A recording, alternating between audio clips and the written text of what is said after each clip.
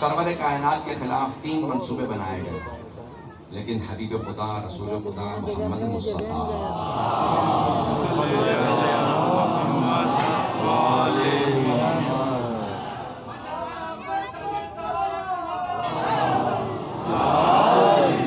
توجہ فرمانے جانے گے تو قرآن ایک زندہ معجزہ. ایک جملہ کہوں گا، اس کی وضاحت نہیں کر پاؤں گا. اگر پہنچ گیا جملہ تو پہنچ گیا. قرآن کو کبھی دوسری کتابوں کی طرح سے کاغذ اور سیاہی نہ سمجھیے. میں کہہ گیا ہوں، قرآن دوسری کتابوں کی طرح سے صرف کاغذ اور سیاہی کا نام نہیں ہے، بل ہوا نور. یہ نور ہے، یہ زندہ ہے، یہ شاہد ہے، گواہ ہے، یہ شافع ہے، یہ سامت ہے. توجہ، روز قیامت عتیب البیان تفسیر عتیب البیان میں روز قیامت ایک مرتبہ بہت خوبصورت مخلوق اللہ محشور کرے. سب سوال کریں گے پروردگارا یہ کون ہے؟ ہم نے دنیا میں اتنی خوبصورت مخلوق نہیں دیکھی. اللہ کہے گا ذرا اپنا تعارف خود کروا. تو ایک مرتبہ قرآن کریم کہے گا میں قرآن ہوں، ہر گھر میں موجود تھا، تمہیں معلوم ہی نہیں تھا میں کتنا خوبصورت ہوں.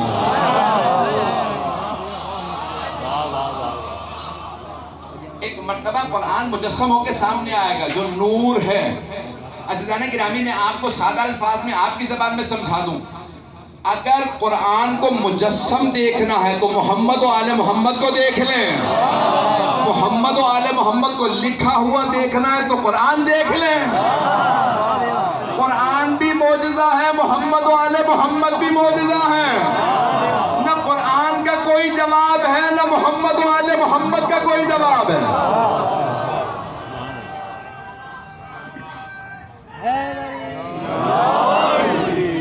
یہ میں نے کہا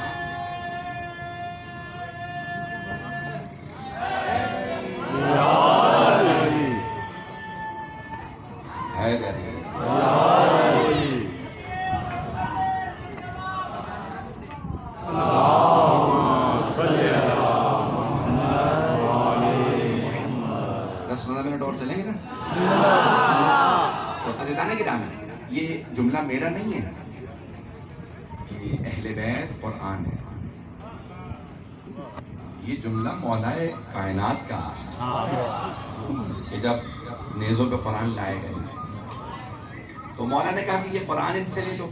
اگر یہ قرآن کو مانتے ہوتے تو کبھی علی سے جنگ کر لینا. توجہ، یہ قرآن سامت ہے. وَأَنَا الْقُرْآنُ النَّاطِقُ، میں بولتا ہوا قرآن ہوں.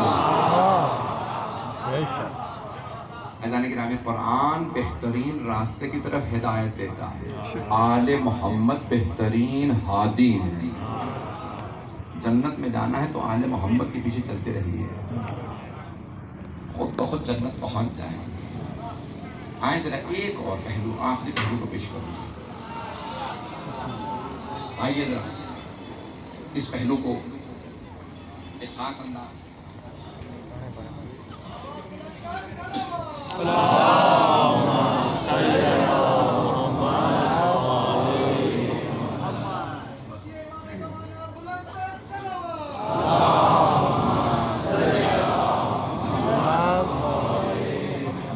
توجہ رہے گی میرے ساتھ؟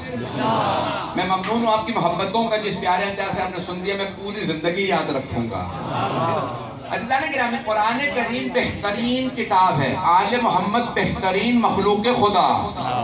قرآن زندہ معجزہ ہے، آل محمد بھی زندہ معجزہ ہے. ہم مردوں سے مدد مانگنا بدعت سمجھتے ہیں. توجہ، سارے مجمع کو بات نہیں پہنچا سکا. ہم مردوں سے مدد مانگنا بدعت سمجھتے ہیں. مولا نے فرمایا جو ہماری زیارت کے لیے آئے اسے بتا دو مردہ سمجھ کے زیارت نہ کرے.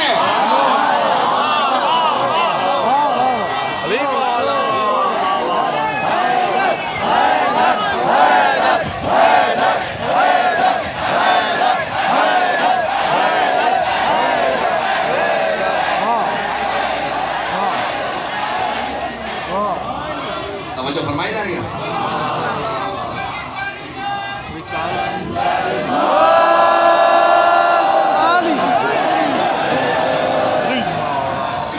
توجہ ہے نا. مولا نے خود فرمایا خبردار جو ہماری زیارت کے لیے اسے بتا دینا ہمیں مردہ سمجھ کے زیارت نہ کرے, اس کی زیارت قبول ہی نہیں ہے. جو ہمیں مردہ سمجھ کے زیارت کرے, ہمیں زندہ سمجھ کے زیارت کرنا. اب حبیب خدا رسول خدا کی حدیث کو پیش کر دو. آپ فرماتے ہیں من زارنی بعد مماتی کمن زارنی فی حیاتی, جو میرے دنیا سے جانے کے بعد میری زیارت کرے بالکل ایسا ہے جیسے اس نے زندگی میں زیارت کی ہو. اگر پہنچ جائیں جیسے زندگی میں زیارت کی ہو, جیسے زندگی میں زیارت کی ہو, تو صرف وہی صحابہ نہیں, ہر وہ آدمی جو پیغمبر سے عقیدت رکھتا ہو وہ بھی غلام ہے. ہر آدمی غلام رسول ہے جو رسول پہ ایمان رکھا. اللہ کے حبیب نے کہا کہ جنہوں نے دیکھا تھا یہ نہ سمجھنا ان کا مقام اب ہمیں نہیں مل سکتا, اس لیے ہم کوشش کیوں کریں نا, کوشش کرتے رہو. اللہ جو بھی میری زیارت کے لیے آئے گا اسے وہی ثواب عطا کرے گا جیسے اس نے میری زیارت سامنے سے کی. ایک اور جملہ پیش کر دوں. جب مشہد مقدس تشریف لے جائیں گے نا تو آدھا کلومیٹر باؤنڈری ہے حرم کی, بہت بڑا ہے, سب سے بڑا ہے. ہر دروازے پہ بھی اذن دخول لگا دیا گیا. جو امام نے بتایا جو زیارت کے لیے آئے وہ یہ اجازت مانگے پھر اندر جائے, اسے کہتے ہیں اذن دخول, اندر داخل ہونے کی اجازت. اجازت کس سے لی جاتی ہے؟ توجہ, زندوں سے اجازت لی جاتی ہے, مردوں سے کوئی اجازت نہیں مانگتا. اب آپ حرم پہ جائیں, وہاں ایک اور جملہ لکھا ہے, امام رضا کا اذن دخول پڑھیں گے نا, وہاں پہ لکھا ہے اشہد انک, میں گواہی دیتا ہوں, آپ اشہد انک تسمع کلامی, میں گواہی دیتا ہوں آپ میرا کلام سن رہے ہیں, وَتَرُدُّ سلامی, میرے سلام کا جواب دے رہے ہیں. اگلا جملہ پڑھتے ہیں میرے گناہوں کی وجہ سے آنکھوں اور کانوں پہ پردے ہیں, نہ میں دیکھ سکتا ہوں نہ سن سکتا ہوں, تو پردے تو ہمارے کانوں پہ ہیں.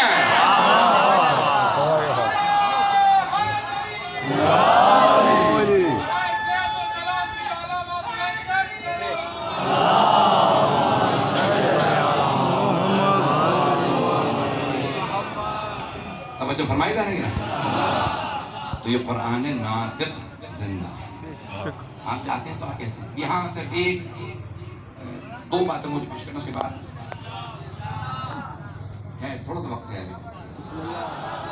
دو باتیں پیش کرنا چاہتا ہوں. ایک کہ شیخ محسن قراتی ایک عالم دین ہے, بہت بڑی, تو کہنے لگے میں جنت البقیع میں کھڑا تھا, وہ ابا کبا میں تھا, قلم لگا تھا, تو کسی نے آ کے قلم نکالا اور زمین پہ پھینک دیا. کہا یہ تم قبروں کی زیارت کرنے آئے ہو, ان سے مدد مانگتے ہو, اگر یہ مدد کر سکتے ہیں تو میں نے تمہارا قلم زمین پہ پھینکا, ذرا بلاؤ اپنے امام کو, کہو ہے حسن مجتبیٰ میرا قلم اٹھا کے دے دے. اگر مدد کر سکتے ہیں تو قلم اٹھا دیں گے. تو آقا محسن قراتی کہتے ہیں میں نے کہا اگر تیری دلیل کو مان لوں تو پھر تو خدا بھی مدد نہیں کر سکتا. توجہ ہے. اگر تو کہتا ہے کہ میں امام سے کہوں قلم اٹھا کے دے, تو ذرا اللہ سے کہ قلم اٹھا کے دے دے. یہ ان کاموں کے لیے نہیں بنے, تمہارے قلم اٹھا کے. یہ بڑے بڑے کام ہوتے ہیں تو کہتے ہیں پروردگارہ سن لے. بات پہنچ رہی ہے جانے کے, پروردگارہ اس نے مانگا ہے مجھے وسیلہ قرار دیا. تو آپ اسی لیے دعائے توسل میں بھی پڑھ یا وجیہن عند اللہ, آپ کسی کے پاس جائیں نا سفارش کے لیے تو کہتے ہیں خود جاؤں گا تو نہیں مانے گا، کسی ایسے کو لے جاؤ جسے مانتا ہو۔ بات پہنچ گئی؟ تو اب ہماری تو اللہ کے سامنے آبرو نہیں ہے تو ہم کہتے ہیں کسے پیش کریں؟ تو ہمیں پتہ ہے محمد و آل محمد سے زیادہ کسی کی آبرو نہیں ہے، اسی لیے پیش کرتے ہیں۔ عزیزان گرامی، کون ہے اہل بیت؟ ہم کیوں احترام کرتے ہیں ان کے ماننے والوں کا، ان کے صحابہ کا، ان کے اصحاب کا؟ کیوں احترام کرتے ہیں؟ کیونکہ انہوں نے ان کے فرمان پہ عمل کیا۔ توجہ، صحابہ رسول کا بھی احترام اسی لیے کہ انہوں نے رسول خدا کی بات کو مانا، قرآن پہ عمل کیا۔ اہل بیت کے بھی اصحاب کا اسی لیے احترام ہے کہ انہوں نے اطاعت کی، فرما برداری کی۔ ہے ایسا کہ نہیں؟ سمجھو میرے ساتھ، گھبرا کے نہ سنیے، بس یہ آخری بات پیش کرو، اسی پہ تمام۔ قرآن میں آیت آئی اقیم الصلاۃ، نماز قائم کرو، تو صحابہ نے نماز پڑھی۔ یا ایھا الذین آمنوا کتب علیکم الصیام، پوری آیات نہیں پڑھوں گا، یاد ہے، وقت نہیں۔ اے ایمان والو، تم پہ روزے لکھ دیے گئے ہیں جس طرح سے تمہارے سے گزشتہ امتوں پہ روزے فرض کیے گئے تھے، کما کتب علی الذین من قبلکم۔ عزیزان گرامی، اللہ نے قرآن میں آیات نازل کی، روزہ رکھو، صحابہ نے روزہ رکھا۔ وَلِلَّهِ عَلَى النَّاسِ حِجُّ الْبَيْتِ مَنِ اسْتَطَاعَ إِلَيْهِ سَبِيلًا، اللہ کے گھر کا حج فرض ہے ان پہ جن کے پاس استطاعت ہو۔ صحابہ حج پہ چلے گئے، اللہ نے کہا زکوٰۃ ادا، وَآتُوا الزَّکاۃ، زکوٰۃ ادا کرو۔ صحابہ نے زکوٰۃ دی، اللہ نے کہا خمس نکالو، انہوں نے خمس ادا کیا۔ اللہ نے کہا جہاد پہ جاؤ، وہ جہاد پہ گئے۔ توجہ، اللہ نے کہا ہجرت کرو، انہوں نے ہجرت کی۔ امر بالمعروف کرو، انہوں نے امر بالمعروف کیا۔ اللہ نے کہا نہیں انل منکر کرو، انہوں نے نہیں انل منکر کیا، تو وہ عمل کرتے رہے، آیتوں کے انتظار میں رہتے تھے، آیتوں کے، آیت آئے تو ہم عمل کریں۔ صحابہ آیتوں کے انتظار میں رہتے تھے، آیتیں آل محمد کے انتظار میں رہتی تھی۔ علی حالت رکوع میں زکوٰۃ دے تو میں ہوں۔ توجہ،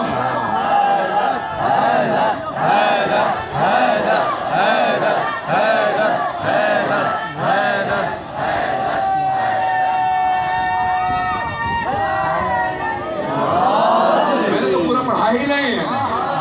علی بستر رسالت پہ سوئے تو آیت آئے، سیدہ نے راہ خدا میں روٹیاں دی تو سورہ آیا، حسن مجتبیٰ نے پوشاک مانگی تو آیت آئے، حسین پشت پہ سوار ہوئے، علی نے خیبر کا در اٹھایا، وَيُعَذِّبُهُمُ اللَّهُ بِأَيْدِيكُمْ، اللہ اپنے دشمنوں پہ تمہارے ہاتھوں سے۔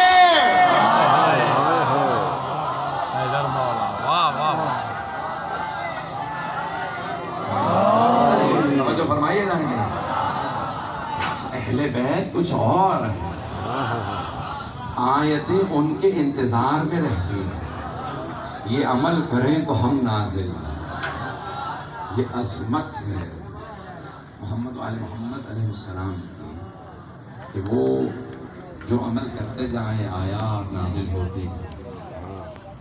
بہت سے لوگوں نے قرآن نیزوں پہ بیان کیا، بہت سے لوگوں نے اہل بیت کے ساتھ نیزوں پہ بیان کیا۔